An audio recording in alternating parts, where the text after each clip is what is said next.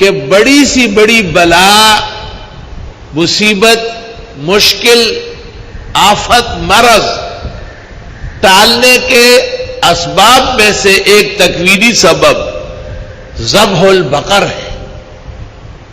کیا ہے؟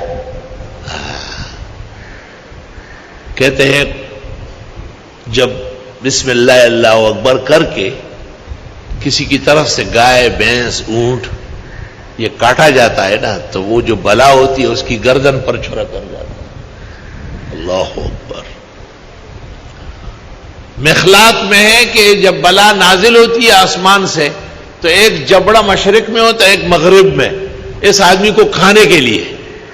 ادھر سے اس کی دعا اور صدقہ اس کو روکنے جاتے ہیں. اگر دعا اور صدقہ تکڑا ہو تو بلا پٹ جائے گا، یہ بچ جائے گا. اور خدا نہ کرے اگر دعا نہ ہو، جیسے اس وقت منکرین دعا پیدا ہو گئے، اور صدقہ بھی نہ ہو تو بلا نازل ہو جائے گی. عقل مند لوگ پھر خواب کو سمجھتے ہیں، بلاؤں کو دیکھتے ہیں، توفیق پوچھتے ہیں کہ آپ گائے کر سکتے ہیں، چلو 7 کر لو، 21 کر لو. مال جائے، آدمی رہے.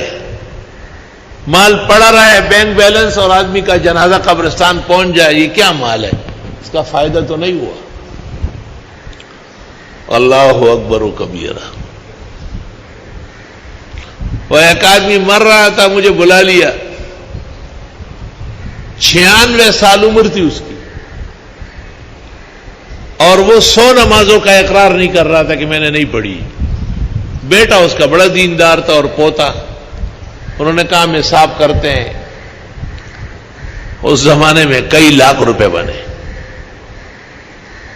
5 نمازوں کا اور وتر مستقل نماز حنفیہ کے ہاں، اور ہر نماز کا اتنا فدیہ ہے جتنا آپ فطرانہ دیتے. 100 روپے لگا لو، 600 ہو گئے یومیہ. اور پھر روزوں کا بھی اس طرح ہے، ہر روزے کا ایک فدیہ یعنی فطرے کے برابر. تو وہ اس زمانے میں کئی لاکھ بنے. تو وہ بڈھا جو ہے نا، وہ بیٹے اور پوتے کو کہتے ہیں تم لوگ نقصان اپنا نہیں کرو، میں نمٹ لوں گا.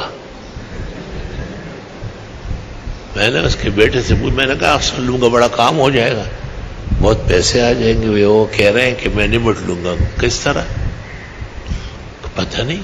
میں نے کہا تم ایک کام کر لو، تم اس کے کپڑوں پہ جگہ جگہ، پورے کپڑوں پہ نہیں، مٹی کا تیل ڈالو، اور پھر اس کے بعد اس کے اوپر آگ پھینکو.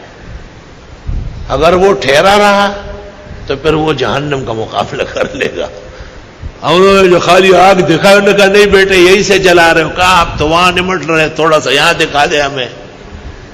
پھر اس نے کہا یہ مکان بھی بیچو، وہ ڈیفینس والا بنگلہ بھی بیچو، میرے ڈیفینس بھی نہیں کاٹو. اچھا اس کو اللہ ہم سب کو امن و امان نصیب فرمائے. جہنم کی آگ سے، دنیا و آخرت کے تکلیفوں سے اللہ ہمیں ہمیشہ کے لیے حفاظت قائمہ دائمہ مستمر نصیب فرمائے. کوئی گپ شپ ہے کیا؟ یہ تو اللہ تعالیٰ کا کلام ہے، اور اللہ تعالیٰ نے قرآن میں اس کو ذکر کیا ہے. لا يخفف عنهم العذاب وهم فيها خالدون. ہمیشہ کے لیے ہوں گے. عذاب میں کہاں تخفیف ہو رہی؟ توبہ.